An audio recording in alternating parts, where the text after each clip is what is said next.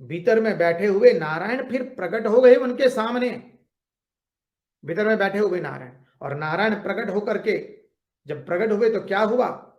तद्दर्शनापल्लाद परिप्लुतांतरो ऋष्यन्तनुः प्रेम भराश्रुलोचनः ननाम पादाम्बुजमस्य विश्वसृक् यत्पारमहंसेन पथाधिगम्यते। तद्दर्शनालाद परिप्लुतांतरो ऋष्यतनुः प्रेम भराश्रुलोचनः। भगवान ने जब दर्शन दिया तो क्या हुआ? तद्दर्शन आह्लाद परिप्लुतांतरो, ब्रह्मा जी आह्लाद हो गए, शरीर में रोमांच हुआ, नेत्रों से अश्रुओं की धारा बहने लगी। तद्दर्शनात् आह्लाद परिप्लुतांतरो ऋष्यतनुः, रोमांच होने लगा पूरे शरीर में। प्रेम भराश्रुलोचनः ननाम पादाम्बुजस्य विश्वसृक् यत्पारमहंसेन पथाधिगम्यते। परमहंस लोग जिसके चरणार बिंदु का आश्रय लेकर के इस भवसागर को पार कर जाते हैं, वह भगवान नारायण के दर्शन हुए। नमामि नारायण पाद पंकजं करोमि नारायण पूजनं सदा वदामि नारायण नाम निर्मलं स्मरामि नारायण तत्त्वमव्ययम्। ननाम पादाम्बुजस्य विश्वसृक् यत्पारमहंसेन पथाधिगम्यते। बस ब्रह्मा जी ने भगवान को प्रणाम किया। अरे भगवान के साथ उनकी लक्ष्मी जी भी है। दर्शन करते ही उनका ब्रह्मा जी का हृदय आनंद से डगमगा गया, शरीर में रोमांच हुआ, आंखों से अश्रु बहने लगे। ब्रह्मा जी उनको प्रणाम किए, तब तक नारायण ने ब्रह्मा जी का हाथ पकड़ लिया। भागवत में आया, ब्रह्मा जी का हाथ भगवान नारायण ने पकड़ा है। हस्तधुन तो यहां से शुरू हुआ है जी। स्पष्ट भाषा में लिखा है, बभाष ईर्षत् समत्सोचिषा गिरा प्रिय प्रियम प्रीतमनाः करे स्पृशन। बभाष ईषत् स्मित सोचिषा गिरा प्रिय प्रियम प्रीतमनाः करे स्पृशन। करे स्पृशन शब्द को पहचान ले। भगवान ने तुरंत ब्रह्मा जी से हाथ मिलाया है। नारायण ने ब्रह्मा जी से हाथ मिलाया। नारायण भी आनंद में, ब्रह्मा भी आनंद में, दोनों ने एक दूसरे का हाथ मिला दिया। अर्थात क्या? नारायण जी कह रहे कि ब्रह्मा जी, जो आपके मन में जो संकल्प हुआ है सृष्टि निर्माण का, उसमें मैं आपका सहयोगी हो रहा हूं। आप जो सृष्टि का निर्माण करना चाहते हैं, आप जो कार्य करना चाहते हैं, उसमें हम आपके सहभागी है। देखिए, कर, कर जो है कर्म का मूल है। कर का मूल कर। अभी कर का अर्थ है हस्त, हाथ। हाथ को हम कर कहते हैं। कराग्रे वसते लक्ष्मी, कर मूले सरस्वती, कर मध्य तो गोविंद, प्रभाते कर दर्शनम। तो कर का मूल है। कर जो है वो कर्म का मूल है। और इस कर को चलाता कौन है? करण। जो कर को चलाता है उसका नाम है करण। और करण का लय होता है कारण में। और इस कारण का जो साक्षी है वो क्या है? आत्मा।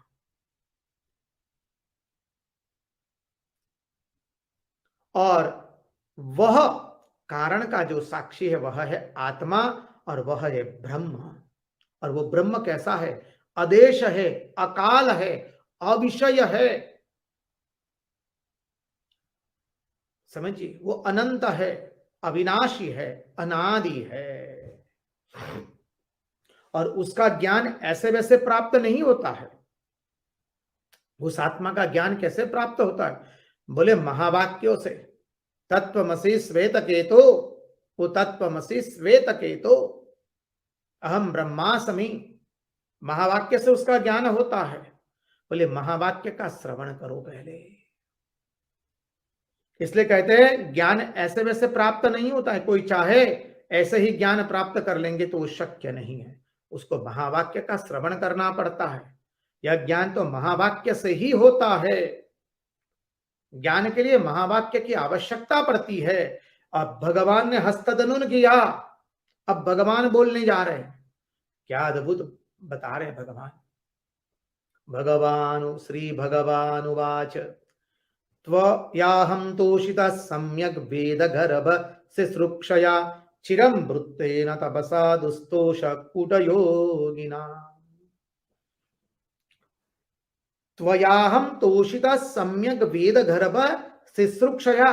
अरे ब्रह्मा जी, वेद तो आपके भीतर में ही छिपे हुए हैं। जो ज्ञान हम प्राप्त करना चाहते हैं वो तो भीतर में ही है। Its soul is potentially divine. The goal is to manifest this divinity within. प्रत्येक मनुष्य में अंतर्निहित दिव्यता का प्रकटीकरण करना।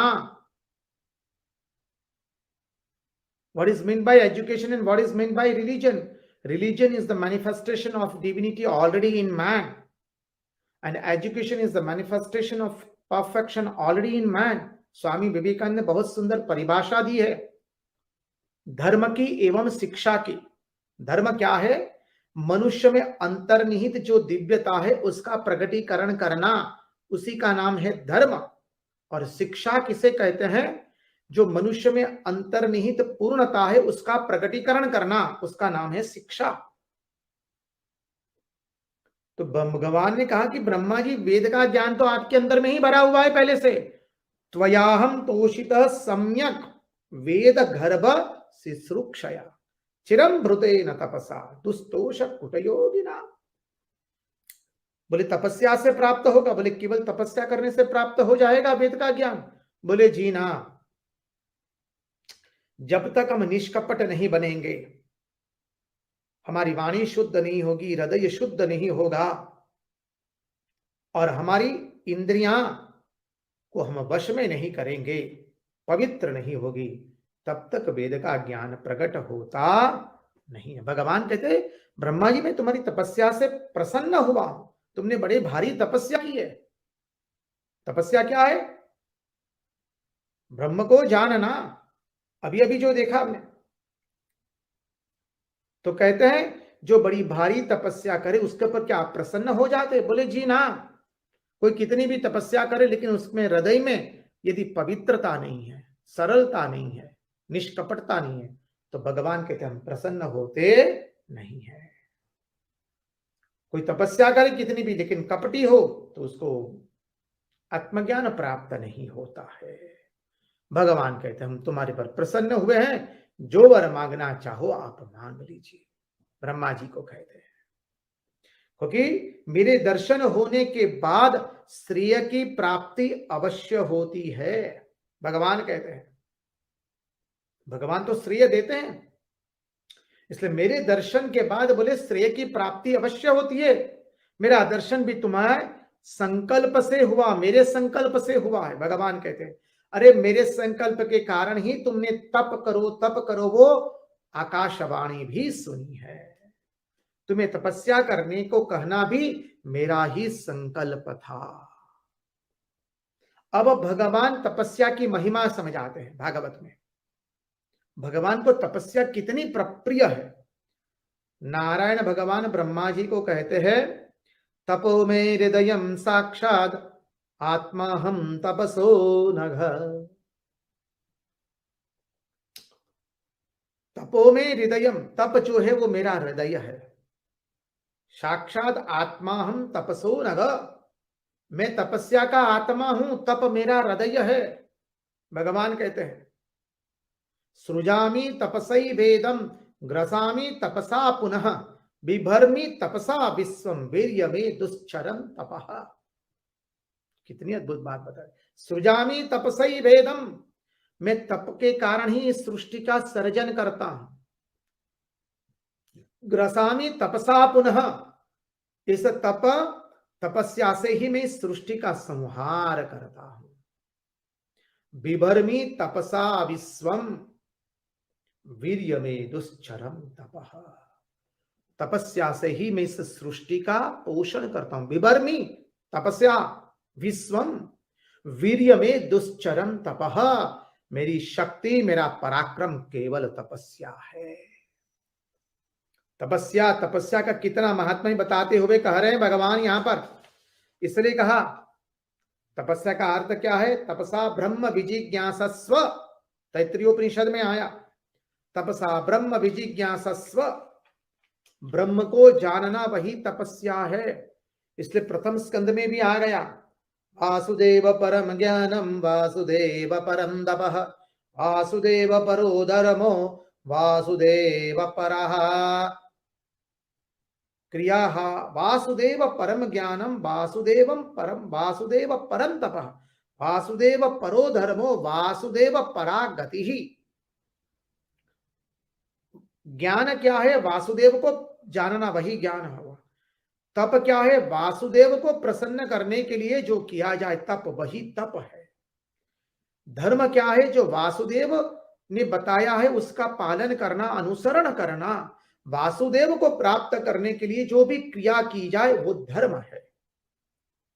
और गति क्या है? वासुदेव की ओर जाना वही गति है, बाकी सब अगति है।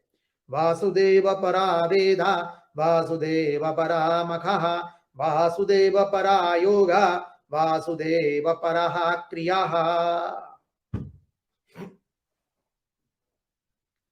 भागवत के प्रथम स्कंद में हमने चिंतन किया है, वासुदेव परा वेदा वासुदेव परा मखः वासुदेव परा योगा वासुदेव परः क्रियाः।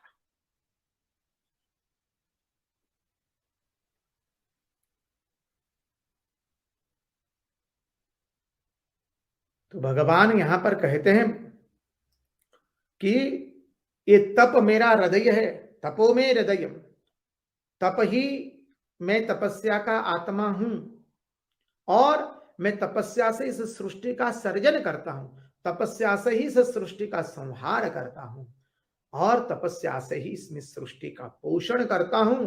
मेरी शक्ति, मेरा पराक्रम केवल तपस्या है। तपसा ब्रह्म विजिज्ञासस्व।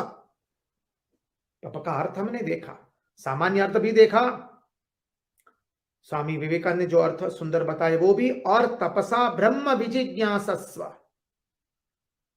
तप का सामान्य अर्थ हमने पिछले सत्संगों में भी अनेक बार चर्चा की है। उच्च जीवन को प्राप्त करने के लिए स्वेच्छा से उठाया गया कष्ट, उसका नाम है तप।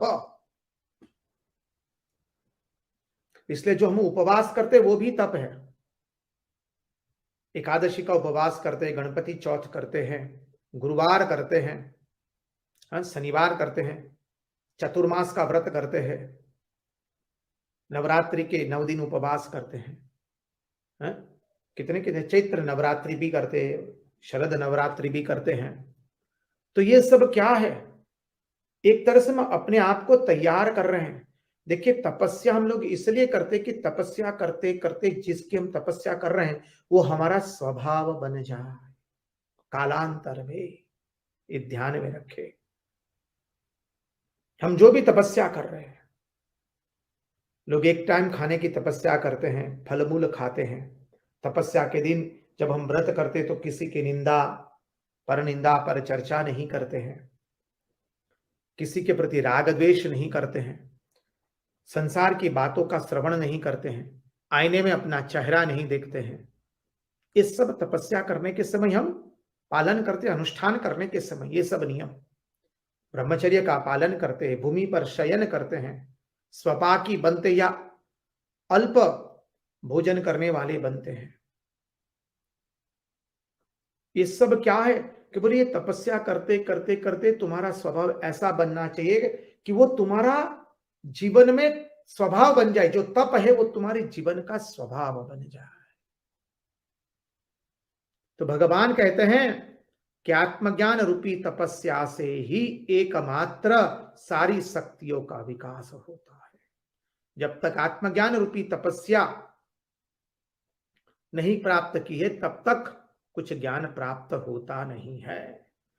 तो जब आत्मज्ञान रूपी तपस्या से ही सारी शक्तियों का विकास होता है तब क्या होता है? हम कर्म कर रहे हैं पर हमारे में कर्तृत्व का अभिमान नहीं आ रहा है, हमारे में संकल्प हो रहे हैं लेकिन संकल्प के पीछे कोई वासना नहीं है और हमारे में कोई विषमता नहीं है।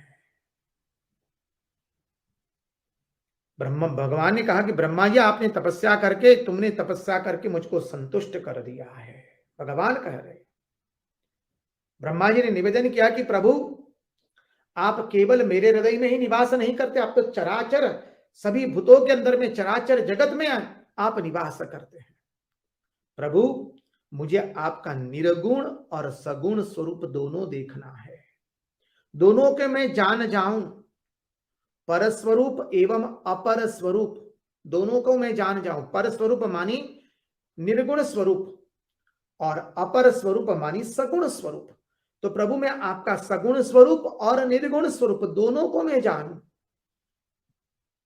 और कृपा करके आप वह बुद्धि हमें दीजिए जो बुद्धि आपके पास है।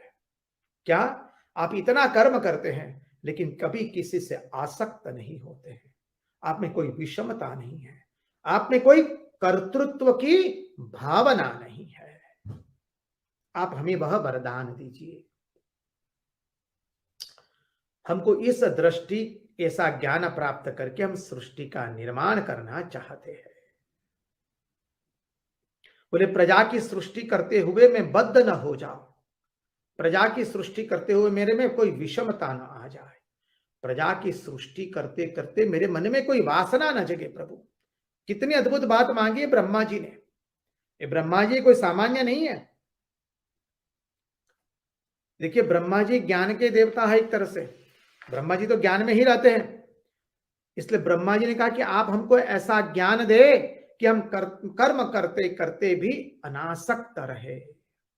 अब इसके उत्तर में भगवान ने चतुश्लोकी भागवत दी है, और इस चतुश्लोकी भागवत कुल 7 श्लोक है। पहले 2 श्लोक है भूमिका के, मध्य के 4 श्लोक चतुश्लोकी भागवत है, और अंतिम श्लोक जो है वो उपसंहार है। 4 जोड़ 2 जोड़ 1 बराबर 7 श्लोक। अब देखिए भगवान नारायण वक्ता है और हम श्रोता है। अभी नारायण भी हमारे हृदय में ही है, अंतर्यामी मानी नारायण, ब्रह्मा मानी हमारी बुद्धि, बुद्धि के देवता ब्रह्मा जी है। तो हमारा अंतर्यामी नारायण बुद्धि रूपी ब्रह्मा जी को सुना रहा है। वक्ता भी हम ही है, श्रोता भी हम ही है, क्योंकि सबके हृदय में ब्रह्मा है, सबके हृदय में नारायण भी है। हृदय में बैठे हुए नारायण उपदेश दे रहे हैं और बुद्धि में बैठे हुए ब्रह्मा जी उसका श्रवण कर रहे हैं। तो ब्रह्मा जी को देखे तो देखिए चतुर्मुखी ब्रह्मा है, मन बुद्धि चित्त अहंकार, चतुर्मुखी ब्रह्मा। क्योंकि ब्रह्मा जी हमने देखा है कि कमल की नाल से नीचे गए नीचे गए नीचे गए, लेकिन ब्रह्मा जी को भगवान के दर्शन नहीं हुए, उनके प्रश्न का उत्तर उनको नहीं मिला। फिर ब्रह्मा जी पुनः ऊपर आए और चारों ओर देखने लगे तो चतुर्मुखी ब्रह्मा हो गए। समझिए ब्रह्मा जी का वाहन भी देखे हम, देखिए ब्रह्मा जी पूरे ज्ञान में मग्न है, इसलिए उनके अंदर में पहला प्रश्न आया, मैं किस से, मैं कौन हूं। स्वामी विवेकानंद कहते हैं ना, as long as there is question why am I here, मैं यहां क्यों हूं, मेरा जन्म क्यों हुआ, why have I been born, ये प्रश्न जब तक जीवन में नहीं आता है तब तक हमारे जीवन की शुरुआत नहीं हुई है। Science deals with how the world has been created, how the world is running. Science deals with how and philosophy deals with why. तो ब्रह्मा जी के मन में पहले प्रश्न है, मैं किस से, why have I been born. हमारे जीवन में भी ये प्रश्न आना चाहिए कि why have I been born, मेरा जन्म क्यों हुआ है। और तब हम शोधना शुरू करेंगे उत्तर को, तब हम तत्वज्ञान में प्रवेश करेंगे। अब ब्रह्मा जी देखिए ज्ञान के सहारे ही है सब कुछ उनका। ब्रह्मा जी का वाहन जो है वो हंस है। हंस क्या करता है, हंस क्षीर एवं नीर का विवेक करता है, नीर को त्याग करता है और क्षीर को ग्रहण कर लेता है। तो ब्रह्मा जी का वाहन है हंस। हंस परमात्मा का स्वरूप भी है, तन्नो हंस प्रचोदयात्, हमारे रामकृष्ण मिशन का जो चिन्ह है, एम्ब्लेम, उसमें भी वही स्वामी जी ने हंस प्रदर्शित किया है। हंस क्या है? परमात्मा का स्वरूप है। रामकृष्ण मिशन का एम्ब्लेम याद कीजिए, उसमें क्या है? सर्पाकार है, बाद में सूरज है, उगता हुआ सूरज, हंस है, कमल है, और नीचे जल है, जल राशि है। तो जल राशि क्या है? जल राशि कर्म का सूचक है। कमल जो है वो भक्ति का सूचक है। सूरज जो है, उगता हुआ सूरज, वो कर्म का, ज्ञान का सूचक है। और हंस जो है वो परमात्मा का सूचक है। और जो सर्प है वो कुंडलिनी का परिचायक है। अर्थात ज्ञान, कर्म, भक्ति एवं योग, ये चारों से या चारों का समन्वय करके हमें हंस रूपी परमात्मा की प्राप्ति करनी है। ये हो गया रामकृष्ण मिशन के एम्ब्लेम का अर्थ, जो हमारा चिन्ह है रामकृष्ण मिशन का। तो ब्रह्मा जी, अभी मूल बात पर आ जाए। ब्रह्मा जी के वाहन है हंस। हंस क्या करता है? क्षीर नीर का विवेक करता है। और ब्रह्मा जी की देवी है सरस्वती। ब्रह्मा जी की भार्या सरस्वती है। मां सरस्वती स्वयं ब्रह्मा जी की भार्या है। और ब्रह्मा जी के एक हाथ में वेद है, ज्ञान है, वेद मानी ज्ञान। ब्रह्मा जी के दूसरे हाथ में माला है, जप रहे, सतत ज्ञान में मग्न है। जब ज्ञान में हम प्रतिष्ठित हो जाए तभी हम संसार का निर्माण कर सकते, अन्यथा कर सकते नहीं है। ब्रह्मा जी ने स्पष्ट बताया अपने जीवन से। Why do we suffer because of ignorance? Swami ji कहते हैं हम दुख क्यों भुगतते हैं? अज्ञान के कारण। और अज्ञान क्या है? हम अपने आप को केवल ये शरीर समझते हैं, जो पिछले सत्संग में अभी अभी चर्चा किया कि हमने, ये आत्मा जो है उसने मोह के कारण, माया के मोह के कारण अपने आप को कर्तृत्व में डाल दिया, त्रिगुणात्मक डाल दिया, त्रिगुणात्मक जान लिया, तीन गुणों के रूप में जान लिया। अन्यथा आत्मा तो तीनों गुणों से परे है। यही बात यहां पर बता रहे हैं ब्रह्मा जी। अब ऐसे ब्रह्मा जी ये ज्ञान की इस विलक्षणता को प्राप्त करके अब सृष्टि का निर्माण कर रहे हैं। आगे भगवान श्लोक कहते हैं, उसका तत्वार्थ अगले सत्संग में, आने वाले सत्संग में देखने का प्रयास करेंगे। आज उन्हीं की वाणी उन्हीं के चरणों में समर्पित करते हुए भगवान से प्रार्थना करते हैं, प्रभु हमारे मन की मति, गति और रति आपके चरणों में बनी रहे।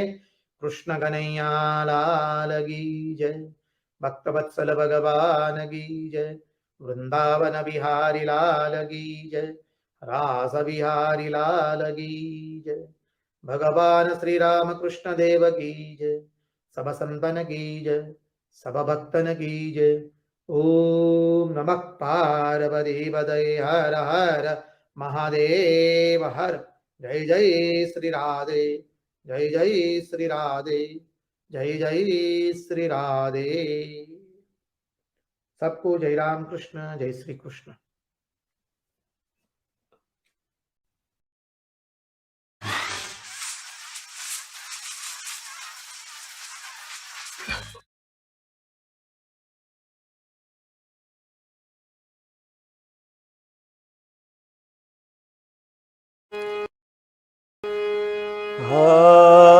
चंदाला चंदाला प्रतिहतरयो यस्य प्रेम प्रवाहो लोकातीतो प्यहन जहो लोका कल्याण मार्ग त्रैलोक्येप्य प्रतिमा महिमा जानकी प्राण बंधो त्रैलोक्येप्य प्रतिमा महिमा जानकी प्राण बंधो भक्त्या ज्ञानम मृतवरवपु शीतया यो हीरा भक्त्या ज्ञानं मृतवरवपु शीतया ह्योहिरा। सबसे पहले भगवान श्री राम कृष्ण देव, माँ शारदा देवी, स्वामी विवेकानंद, भगवान श्री रामचंद्र के चरणों में प्रणाम निवेदन करता हूँ। यहाँ के बड़े महाराज परम पूज्य श्रीमद स्वामी निखिलेश्वर जी महाराज, यहाँ के सन्यासी ब्रह्मचारी और आप सभी के चरणों में प्रणाम निवेदन करता हूँ, क्योंकि आपके सभी के हृदय में भगवान श्री रामचंद्र और माँ जानकी विराजमान है। हम सब मिलकर राम संकीर्तन करेंगे। राम सिया राम जय जय राम। आप सभी से अनुरोध है, आप सभी लोग मेरे साथ दोहराइए। राम सिया राम जय जय राम। राम सिया राम जय जय। हो मंगल भवन अमंगल हारी, द्रवहु सुदशरथ अजिर बिहारी। राम सिया राम जय जय राम।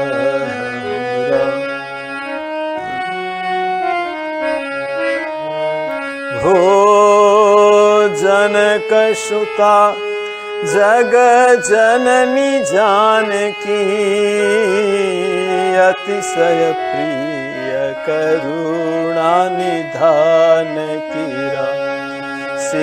राम सिया राम जय जय राम। हो ताके जुगपद कमल मनावो, जाशु कृपा निर्मल मति पावो। राम सिया राम जय जय राम।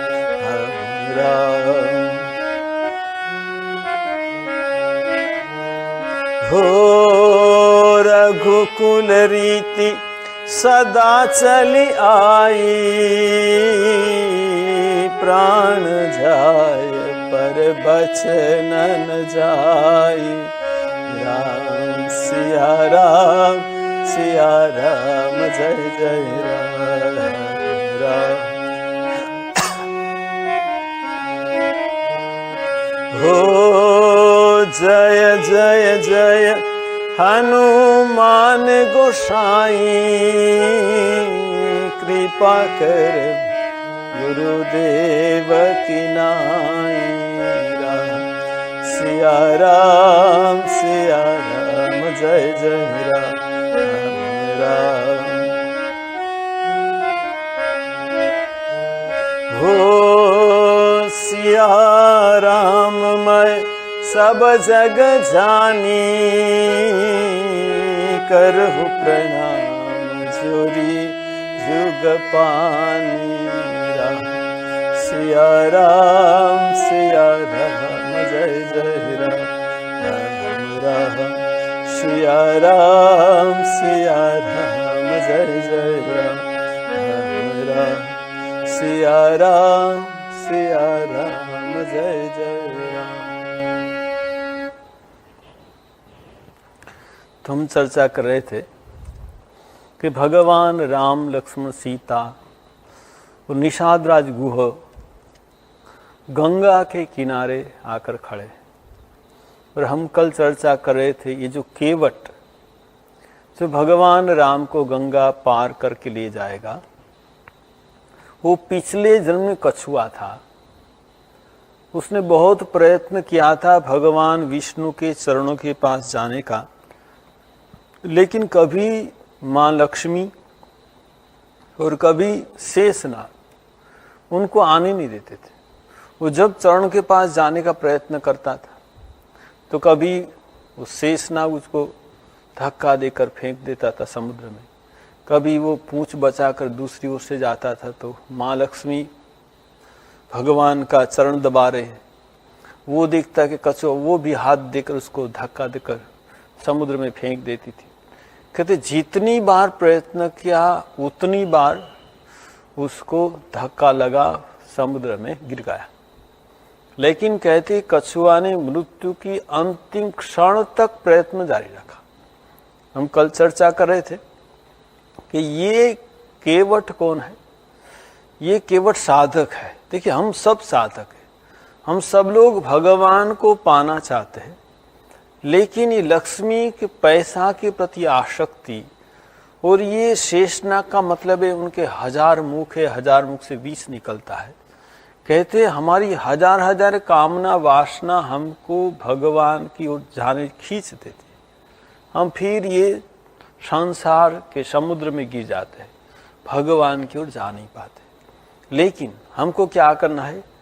ये केवट का प्रसंग से हमको ये प्रेरणा मिलती है कि केवट जैसे कछुआ के माफिक उसने छोड़ा नहीं, अपनी जो अपना प्रयत्न है छोड़ा नहीं। जितनी बार ही गिरा उतनी बार ही वो उठकर फिर जाने का प्रयत्न किया। जैसे हम चर्चा कर रहे थे, ये जो साधना का पथ है, कुछ समय तक वो हमको पिछला हुआ पथ है। हम जाएंगे तो उसमें फिसल जाएंगे, लेकिन फिसलने के बाद हम जो बैठ जाएंगे तो ये पथ अतिक्रम नहीं होगा। जितनी बार हम फिसलेंगे उतनी बार उठकर हमको जाने का प्रयत्न करना है। तो जो उठ के जाने का प्रयत्न करेंगे तो ये पथ तय हो जाएगा। हम जो बीच में बैठ जाएंगे तो कभी पथ तय नहीं होगा। तो ये जो साधना का पथ है, हमको अपना प्रयत्न जारी रखना है। तो यहाँ कहता है कछुआ ने अपना प्रयत्न जारी रखा मृत्यु के अंतिम क्षण तक, और दूसरे जन्म में ये कछुआ केवट होकर जन्मा। देखिए, आज गंगा के किनारे कोई नहीं है, सिर्फ एक ही नौका है केवट की, और भगवान को गंगा पार करना है। भगवान को केवट के पास ही आना पड़ा। और यहाँ क्या कहते हैं? यहाँ कहते हैं मागी नावन केवटुआना, मागी नावन केवटुआना, कहि तुम्हार मर्म में जाना, कहि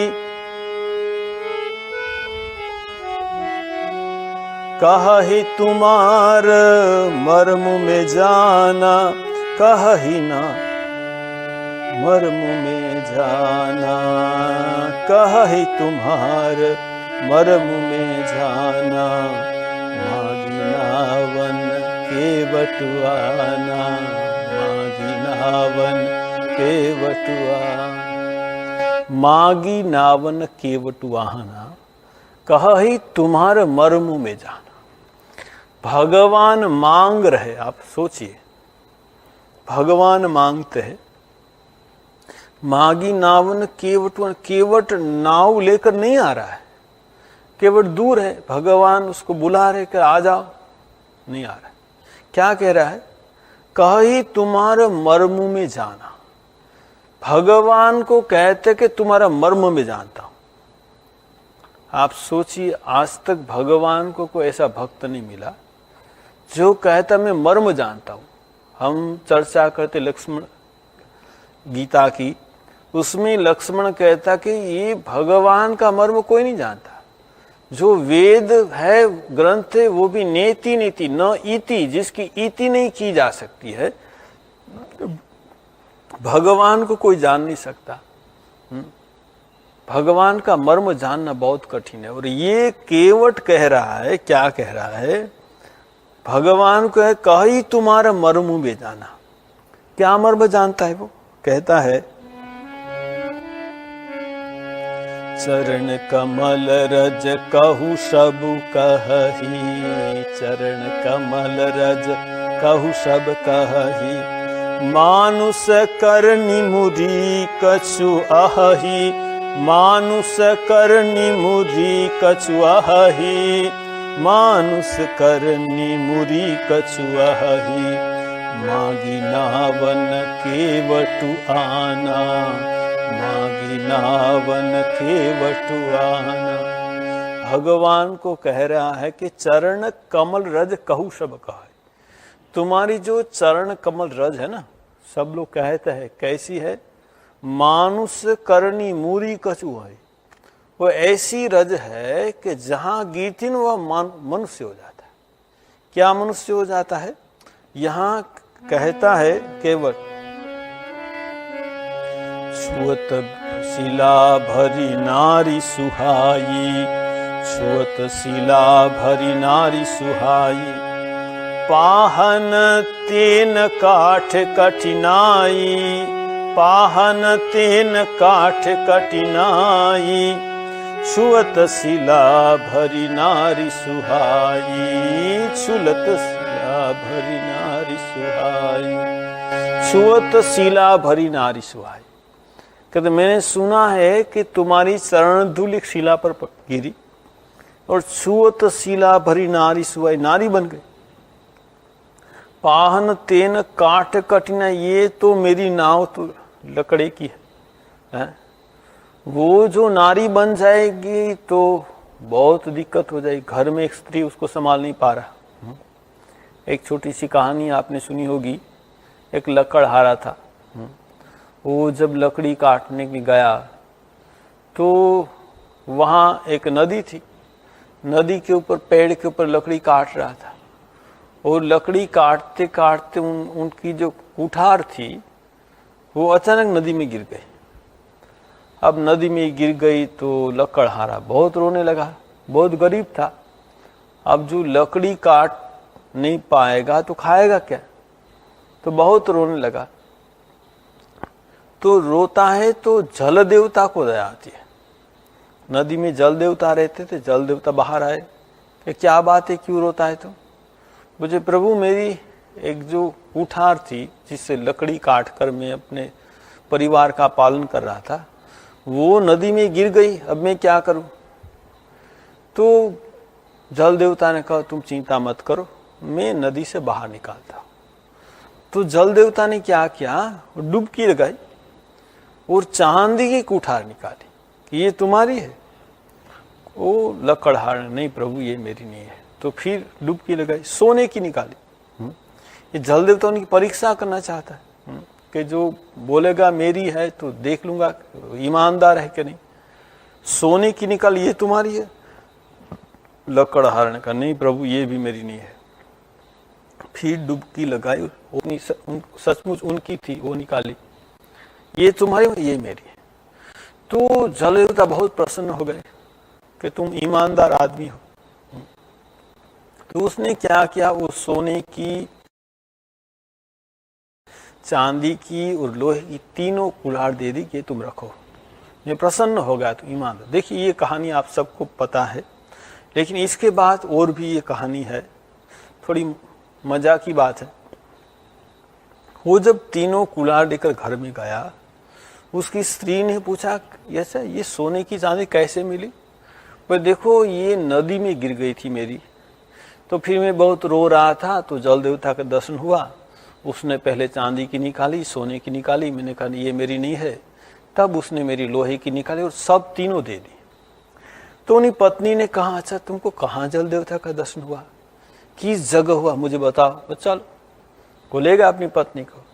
अब कहा ये नदी के किनारे मुझे जल देवता का दर्शन हुआ। तो जो नदी के किनारे चल रही थी तो कादव था, तो इतना कादव था कि जो उनकी पत्नी थी उनका पैर कादव में गया और कादव इतना फिसला हुआ था, वो फिसल कर वो नदी में गिर गई, डूब गए। अब ये तो फिर रोने लगा कि प्रभु मेरी पत्नी तो डूब गई, अब क्या करूं, एक ही पत्नी थी, बहुत रो रहा है। फिर जल देवता निकले, क्या हुआ? प्रभु मेरी पत्नी गिर गई। तो जल देवता ने फिर उसकी परीक्षा करनी चाहिए। तो उसने क्या किया, वो नदी के पानी से एक अप्सरा को निकाली। वो तो अप्सरा बहुत सुंदरी, स्वर्ग में जो अप्सरा रहती है। जब देखा उसने कि ये तुम्हारी पत्नी है, तो लकड़हार का हाँ प्रभु यही मेरी पत्नी है। गुस्से हो गए जल देवता, अरे तुम तो बेईमान आदमी हो। पहले देखो तुम्हारी जब वो गिर गई थी कुठार तो मैंने सोने चांदी की निकाली, तुमने कहा नहीं ये मेरी नहीं, लोहे की मेरी। अरे ये एक अपस्त्रा को, स्त्री को देखकर तुम झूठ बोल रहा है। मुझे प्रभु मैं झूठ नहीं बोल रहा हूं, मैं इसीलिए बोल रहा हूं कि मुझे पता है कि इसके बाद आप क्या करेंगे। वैसे क्या? मुझे पता है कि आपने एक अपस्त्रा निकाली, बाद में दूसरी निकालेंगे, बाद में मेरी वाली निकालेंगे, बाद में के तीनों को ले जाओ, ठीक है। अरे एक को संभाल नहीं पा रहा, तीनों को कैसे संभालूंगा, इसलिए सोचा कि पहली वाली से काम चला लूंगा, ठीक है। तो देखिए यहाँ ये केवट कह रहा है, क्या कह रहा है कि देखो चरण कमल कहू सब कही, मानुष करनी मूरी कछुई, छुअत शिला भरी नारी सुहाई, पाहन तेन काट कटने। ये तो तुम्हारी चरण छूने से तो नारी हो जाएगी। मेरे घर में एक नारी है, उसको संभाल नहीं पा रहा, और फिर एक नारी हो जाएगी। और ये जो लकड़ी की नाव है ना, वो तो और भी नरम है, पत्थर से भी नरम है। और क्या होगा, यहाँ कहते हैं तरनियो मुनि धरनी होई जाई, तरनियो मुनि धरनी होई जाई, बाट पर ही मोरी नाव उड़ाई, बाट पर ही मोरी नाव उड़ाई, तरनियो मुनि धरनी होई जाई, तरनियो मुनि धरनी होई जाई। यही प्रतिपालहु सब परिवारु, यही प्रतिपालहु सब परिवारु, नहीं जानऊ कछु और कबारू, नहीं जानऊ कछु और कबारू, यही प्रतिपालहु सब परिवारु, मागी नावन के वटुआना, मागी नावन के वटुआना, काहे तुम्हार मर्म में जाना, काहे तुम्हार मर्म में जाना, मागी नावन के वटुआना, मागी नावन के वटुआना। भगवान को कह रहा है कि देखो ये मेरी जो नाव है, वो जो नारी बन जाएगी तो मेरा खाना पीना बंद हो जाएगा। यही प्रतिपालहु सबु परिवार, ये तो मैं ऐसे अपना परिवार का पालन करता हूँ। नहीं जानू कुछ और कबर, और तो कोई काम जानता नहीं, और मेरी नाव नारी हो जाएगी तो मेरा परिवार का प्रतिपालन कैसे करूँगा। और देखिए प्रभु, मुझे पता है कि आपको तैरना नहीं आता, आप दूसरे को तार सकते हैं लेकिन आप तैर नहीं सकते। लक्ष्मण गुस्से हो जाए, अरे क्या बोल रहा है। हाँ, भगवान दूसरे को तारते, आप अपने आप तैरना आपको नहीं आता। और कहता है कि देखिए जो आपको ये गंगा पार करना है तो आपको ही बोलना पड़ेगा कि तुम मेरा चरण धो दो। गरज मुझको नहीं है, गरज आपको है। यहाँ क्या कह रहा है,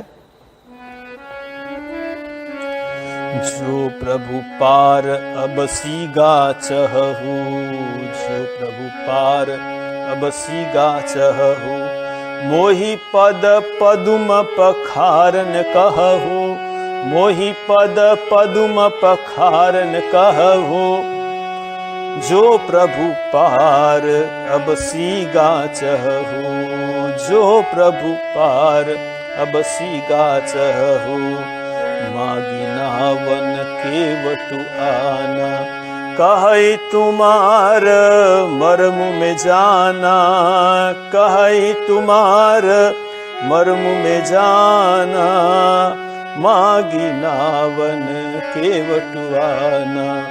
श्री राम जय राम जय जय राम, श्री राम जय राम जय जय राम, श्री राम जय राम जय जय राम, श्री राम जय राम जय जय राम, मागी नावन केवटुआन।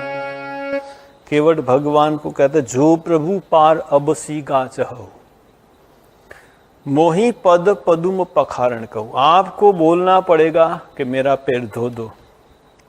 देखिए भजन है, आप सभी को मालूम है, कभी कभी भगवान को भी भक्तों की काम पड़ी, जाना था गंगा पार प्रभु केवट की नाव चढ़ी। कभी कभी भगवान को भी भक्तों की जरूरत पड़ती है। यहाँ कहते अवध छोड़ प्रभु वन को आए, अयोध्या छोड़कर प्रभु वन में आ गए। सिया राम लखन गंगा तट आए, लक्ष्मण सीता और भगवान राम गंगा तट आ गए। केवट मन ही मन हर्ष आए, घर बैठे प्रभु दर्शन पाए। देखिए केवट को इतना आनंद हो रहा है कि देखिए मैं भगवान के पास नहीं जा रहा हूं, भगवान मेरे पास आ रहे। केवट मन ही मन हर्ष आए, घर बैठे प्रभु दर्शन पाए। हाथ जोड़कर प्रभु के आगे केवट मगन खड़े, कभी कभी भगवान को भी भक्तों की काम पड़ी। यहाँ कहते केवट मन ही मन खूब आनंद हो रहा है, कहा भगवान मेरे पास आए। और भगवान का शील देखकर केवट को बहुत आनंद हो रहा है। यह केवट कहता है कि देखिए वैसा है, आप खूब दूर जाएंगे तो चल के जा सकेंगे, हैं वहाँ थोड़ा पानी है, लेकिन आपको जो गंगा पार करनी है तो आपको मेरी बात सुननी पड़ेगी। आपको मुझे कहना पड़ेगा कि तुम चरण धो दो, चरण धोने की गरज मुझे नहीं, आपको है। भगवान को कहते आप जो बोलेंगे मेरा चरण धो दो तो मैं आपको मेरी नाव में बिठाऊंगा, वरना नहीं बिठाऊंगा। क्योंकि मैंने सुना है कि आपकी चरण धूलि से क्या होता है, नाव नारी हो जाती है। तो यहाँ कहता है केवट भगवान को बहुत बढ़िया बात बताता है। क्या बताता है? पद कमल धोई चढ़ाई नावन, नाथ उतराही चहो, मोहि राम रावरियान दशरथ, सपत सब साची कहो, बरु तीर मारऊ लखुन पै जब, लगी न पाय पखारी हो, तब लगी न तुलसी दास नाथ, कृपाल पार उतारी हो। भगवान को बता रहे कि पद कमल धोई चढ़ाई नावन, नाथ उतराई जाओ। देखिए आप ऐसा मत समझना कि आपको गंगा पार करा के पैसा मांगूंगा। पद कमल धोई चढ़ाई नावन, नाथ उतराई जाओ, मैं उतराई नहीं लूंगा। मोहि राम रावरी आन दशरथ, शपथ सब साची को, मैं राम और दशरथ राजा की शपथ लेकर कहता हूं पैसा नहीं लूंगा। जैसे दशरथ राजा की शपथ की बात बताई, लक्ष्मण को गुस्सा आ गया। अरे तुम शपथ लेना, तेरे बाप की शपथ ले, मेरे बाप की शपथ क्यों लेता है? तो यहाँ केवट कहता है देखिए आपके पिताजी ने कहा है कि रघुकुल रीति सदा चली आई, प्राण जाई बचन न जाई। यहाँ कहते लक्ष्मण को गुस्सा हो गया, उसके बाद तीर धनुष से हाथ तीर पर चला गया। यहाँ केवट कह रहा है कि बरु तीर मारहु लखुन पै जब, लगी न पाए पखारी हो, तब लगिन तुलसीदास नाथ कृपालु पार उतारे।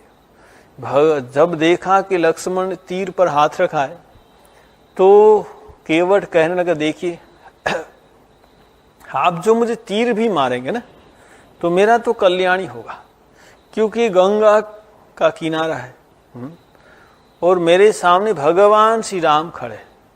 आप तीर मारेंगे तो मैं तो भगवान राम का दर्शन करते करते मरूंगा, गंगा का किनारा है, मैं तो मुक्त हो जाऊंगा। लेकिन मेरी पत्नी है ना, उसको आपको संभालना पड़ेगा। यहाँ कहते लक्ष्मण ने तीर वापिस रख दे, ये झमेला में जाने की जरूरत नहीं।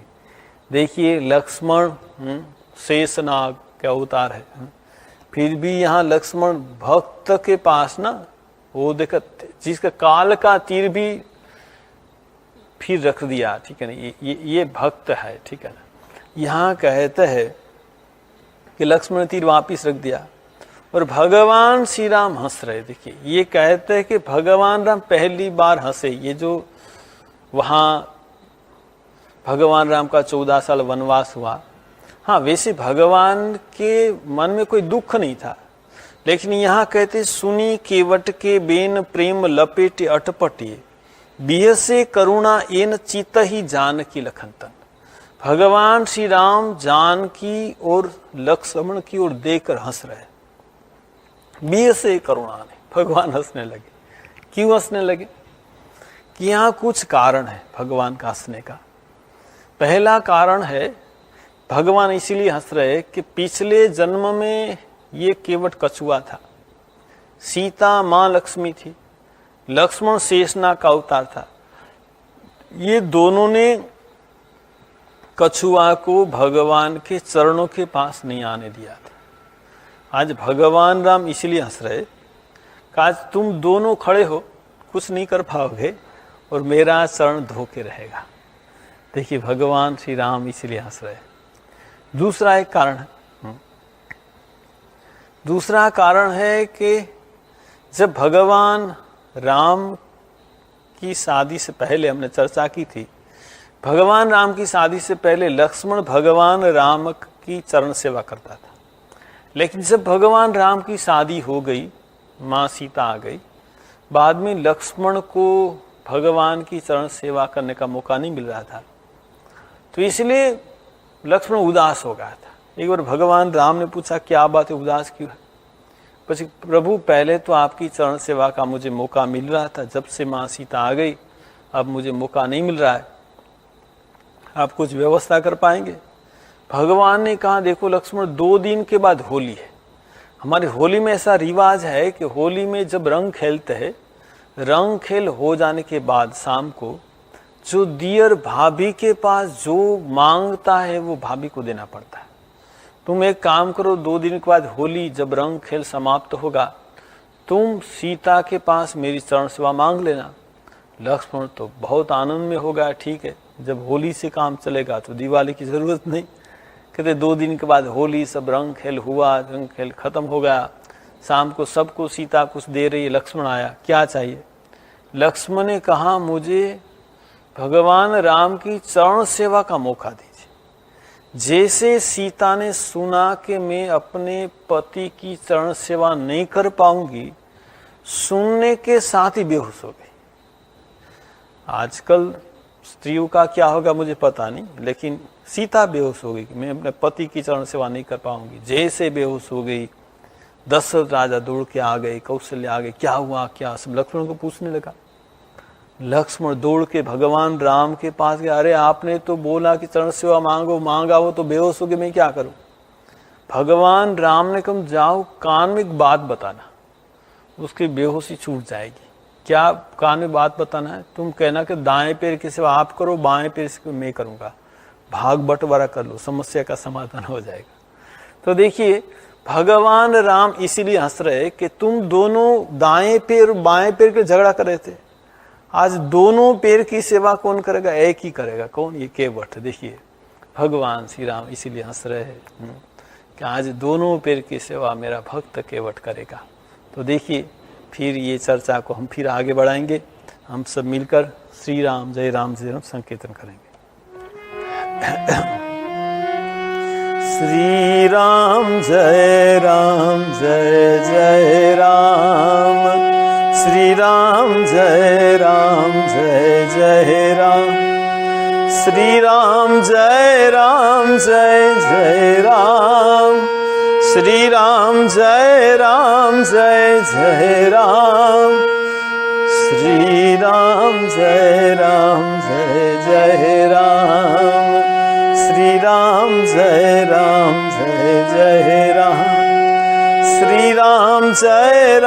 जय जय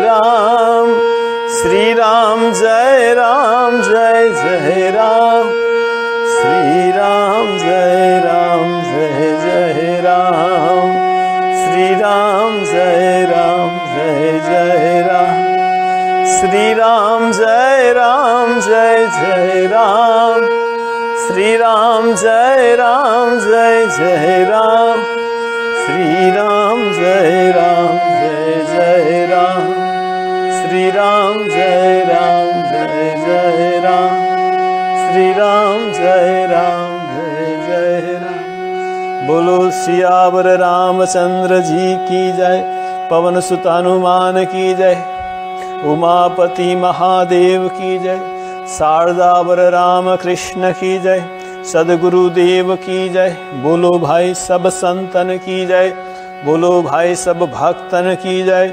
ओम नमः पार्वती पतये, हर हर महादेव हर।